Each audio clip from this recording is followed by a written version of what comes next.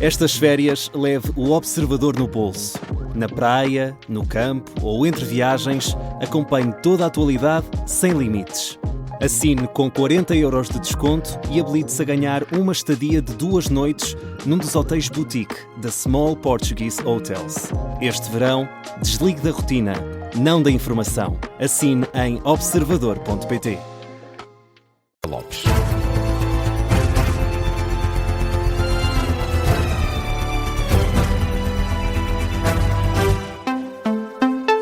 E começamos com o Ministério Público pediu o julgamento do Ministro da Administração Interna junto do Tribunal de Contas por infrações financeiras na liderança da PJ. O pedido surge na sequência da auditoria à conta de 2023 da Polícia Judiciária, que foi revelada pelo Observador na terça-feira, expôs o perdão de 2 infrações financeiras pelo Tribunal de Contas, mas também outros atos que poderiam ser sancionados com responsabilização financeira. De acordo com a informação do Tribunal de Contas, o processo para julgamento de responsabilidade financeira deu entrada a 24 de junho, foi distribuído no dia 29 ao juiz conselheiro Paulo da Mesquita. Não envolve apenas Luís Neves, embora o Ministro da Administração Interna seja um dos visados. Está também implicada a ex-diretora nacional adjunta da PJ, Luísa Proença. Luís Neves e a antiga adjunta já terão sido citados judicialmente, passam a dispor de um prazo de 30 dias para contestar ou proceder ao pagamento voluntário de multas para poder evitar o julgamento. Com o início das férias judiciais, ainda não vai haver uma resposta ao processo e, por isso, só em setembro é que deverá ficar definido se Luís Neves e Luísa Proença vão mesmo a julgamento. É um artigo assinado pelo jornalista João Paulo Godinho, que a esta hora está em manchete e que pode ler no site do Observador. O deputado do PSD, Bruno Vitorino, diz que o Ministro da Administração Interna devia ter prestado esclarecimentos mais cedo. Luís Neves deu uma conferência de imprensa na semana passada sobre estes casos polémicos, mas esses esclarecimentos deveriam ter chegado mais cedo. É o que defende o social-democrata Bruno Vitorino, aqui na Rádio Observador. O deputado do PSD diz ainda que, se fosse Ministro da Administração Interna, ter-se mostrado disponível para ir ao Parlamento. Eu espero, naturalmente, do ponto de vista político, que ele se possa defender.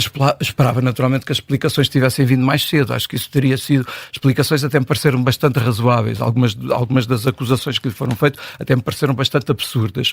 Agora, se calhar era mais fácil ter explicado logo. Se era tão simples de explicar, ter explicado logo. E devia ter ido ao Parlamento. Eu, se fosse ministro, e se tivesse numa posição dessas, e se quisesse esclarecer, era eu a disponibilizar-me para lá ir. Isso era clarinho, não é? Mas isso é a forma de ser de cada um. Bruno Vitorino, deputado do PSD, na Rádio Observador. Ontem, o Observador revelou mais detalhes sobre estas polémicas que envolvem o Ministro da Administração Interna. O Tribunal de Contas identificou irregularidades na Polícia Judiciária no tempo em que Luís Neves era Diretor Nacional, irregularidades que terão sido perdoadas, mas hoje surge esta notícia de que o Ministério Público pediu o julgamento do Ministro da Administração Interna devido a infrações financeiras quando era Diretor Nacional da PJ.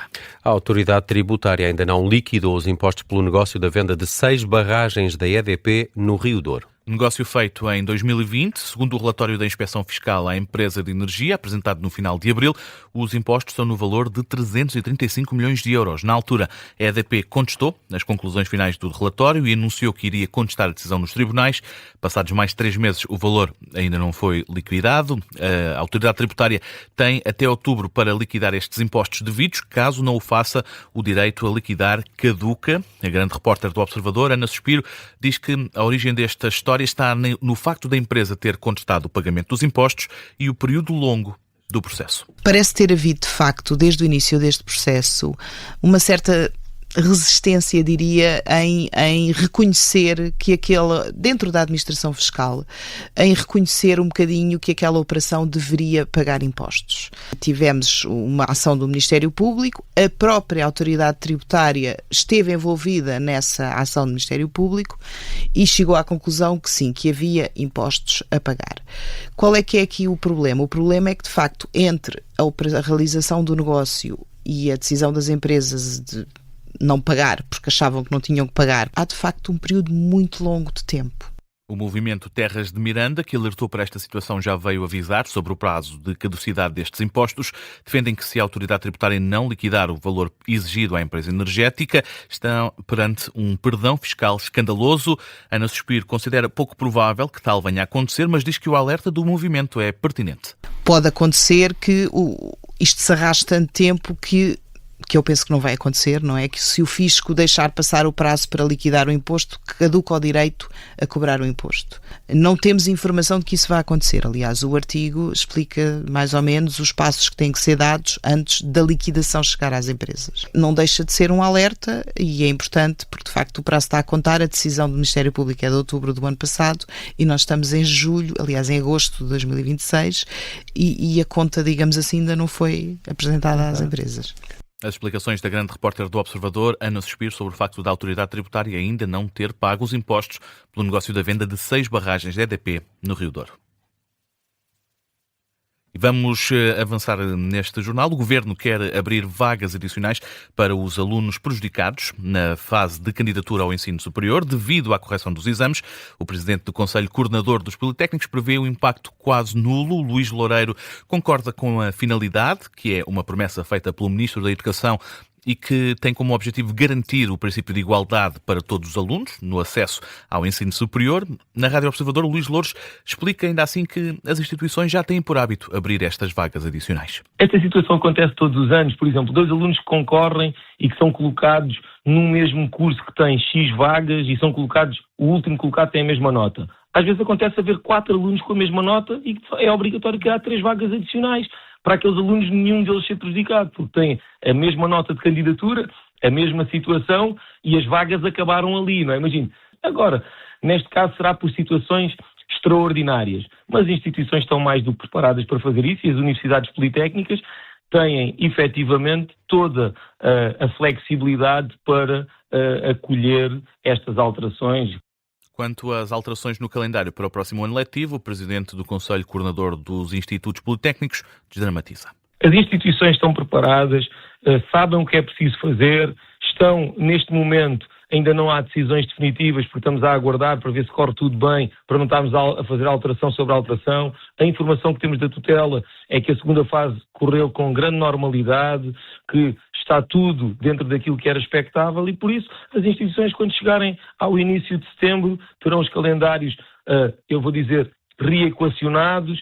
Luís Louros, na Rádio Observador, no dia em que termina o prazo para a inscrição dos alunos na primeira fase de acesso ao ensino superior, há mais inscritos do que em toda a primeira fase do ano passado.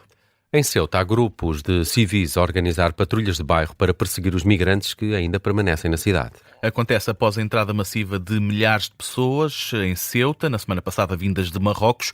É o que dá conta uma investigação do jornal El País que revela que estas caçadas, é o termo utilizado pelo jornal, são, Marta Caramelo Nobre, organizadas através de grupos online. A manchete do jornal espanhol detalha a formação de patrulhas em certos bairros de Ceuta que perseguem e intimidam os migrantes. É um fenómeno organizado de violência que acontece através de grupos de WhatsApp, onde os participantes trocam informações em tempo real sobre a localização dos migrantes que se escondem nos arredores da cidade. Algumas mensagens a que o jornal teve acesso revelam que os grupos utilizam linguagem de ódio e escondem a identidade. No terreno, há relatos de violência. Sandra López, dirigente local do Partido Socialista Espanhol, descreveu ao El País o encontro com um jovem de 25 anos que apresentava feridas profundas, alegadamente resultantes de uma agressão nestas rondas civis. Há também o receio por parte dos migrantes de denunciar estas agressões por medo de expulsão e José, o jornal espanhol, adianta que a polícia já travou algumas destas ações, mas ainda assim não há registro de detenções. A jornalista Marta Caramelo Nobre com os destaques da manchete do jornal espanhol El País sobre grupos de moradores em Ceuta que perseguem e intimidam migrantes vindos de Marrocos que ainda estão na cidade espanhola. Vamos a outras notícias que também estão em destaque a esta hora, José. O PIB da União Europeia cresceu 1,5% no ano passado. São dados referentes a esse ano de 2025, divulgados hoje pelo Eurostat, que falam numa receita de acima de 18 mil milhões de euros. O país com o maior destaque neste crescimento é a Alemanha, com uma cota de 23,8%. França e Itália também apresentam valores elevados no PIB europeu. Já Portugal responde por 1,6% do PIB total da União Europeia.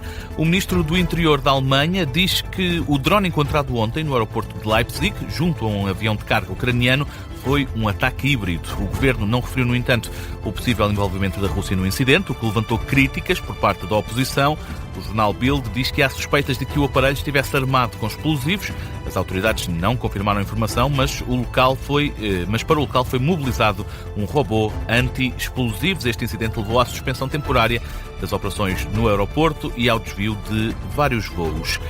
E já está na estrada a primeira etapa da Volta a Portugal em bicicleta. Os 119 ciclistas vão percorrer hoje mais de 150 km numa ligação entre a Lourinhã até Sintra. O dinamarquês Julius Johansson vai vestindo a amarela depois do prólogo de ontem. O companheiro de equipa e campeão olímpico em 2024, Rui Oliveira, está a 4 segundos de distância. É o segundo na classificação geral da Volta a Portugal, que tem hoje esta primeira etapa.